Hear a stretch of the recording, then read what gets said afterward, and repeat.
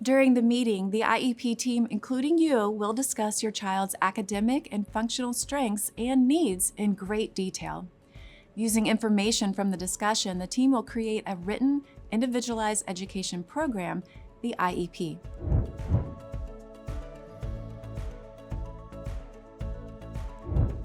The IEP will include goals for your child and the services and supports needed to help your child reach their goals, make progress in the general curriculum, participate in extracurricular and non-academic activities, and be educated and participate with children without disabilities to the maximum extent possible.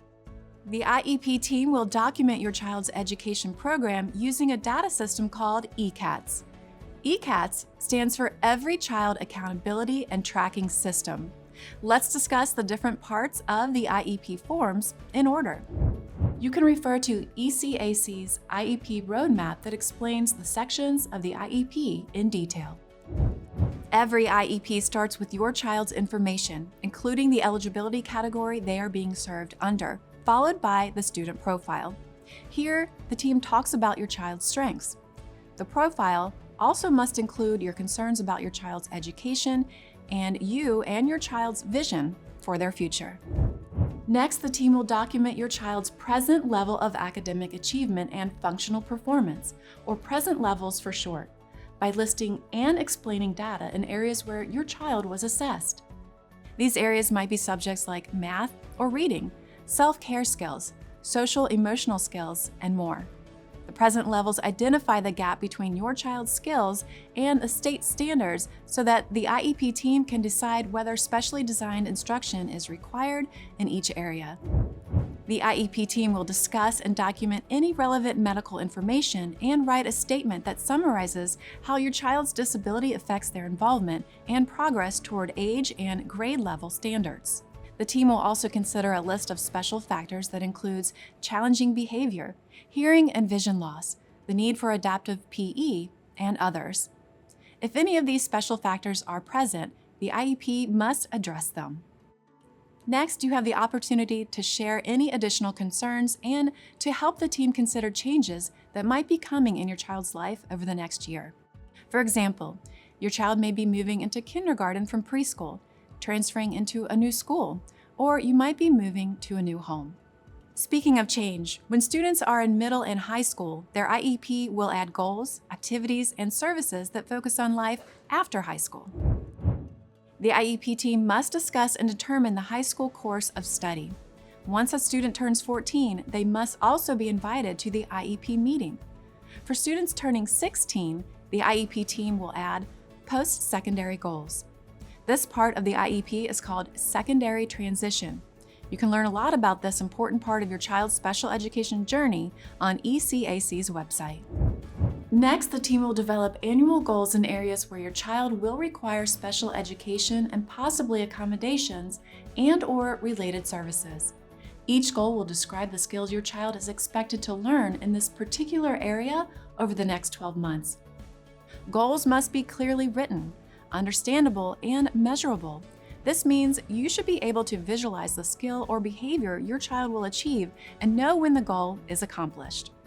The team will document how progress will be measured. Progress reports on IEP goals will be issued along with school report card schedule unless the team determines a different schedule is necessary. It's important for you to understand how your child's teachers will monitor their progress so that you can participate effectively in future meetings. If you're not sure about the purpose of each goal and why it's important, ask questions about what makes the goals important and how the teachers will help your child learn the skills they're working on. As you write each goal, the team will decide if your child needs any assistive technology devices or services to accomplish the goal. An assistive technology device might be a simple pencil grip, a communication device, or maybe a molded orthotic seat. Once the team has agreed on the annual measurable goals, it's time to consider the specially designed instruction and related services your child will need to reach their goals.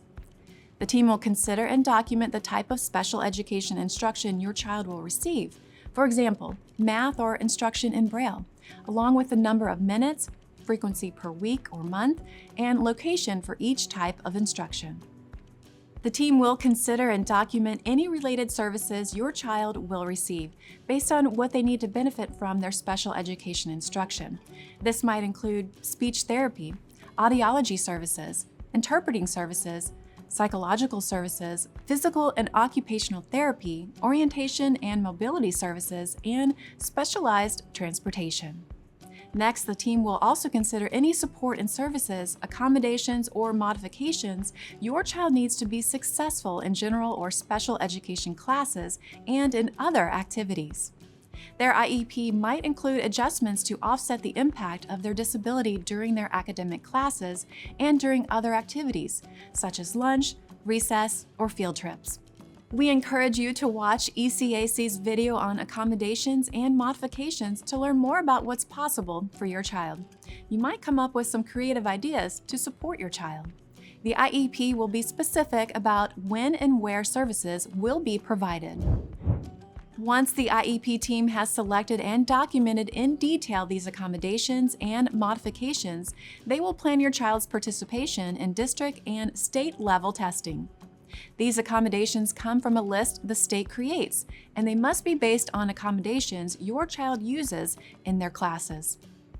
If the IEP team determines that a student meets the participation criteria for alternate assessments, then the team must describe why the alternate assessment is the most appropriate assessment based on the unique needs of the student. Only students who are instructed using the extended content standards in ELA, math, and science are eligible. Federal and state laws require that, to the maximum extent possible, students with disabilities learn and participate with their non-disabled peers. This is known as the least restrictive environment. The team will consider any supports and services, accommodations, or modifications your child needs to be successful throughout the school day. The IEP must include a clear explanation for any part of the day that your child will not be participating with non-disabled students, including time and resource or other separate classrooms. Finally, the last step is to document the names and roles of the IEP team members who are present and participated in developing the IEP. Signing the IEP does not imply agreement, only participation. Once the plan is completed, it must be followed as written until the documented end date, which for many students is 12 months. If changes are needed to the IEP, an IEP team member can request a new meeting. As you can see, the IEP has a lot of parts and there's a lot to think about. But when followed as Congress intended and the law is written, the process will lead to an appropriate educational program for your child. Now that you know what's included in the IEP, it's time to move on to Chapter 4, Getting Ready for Your Child's IEP Meeting.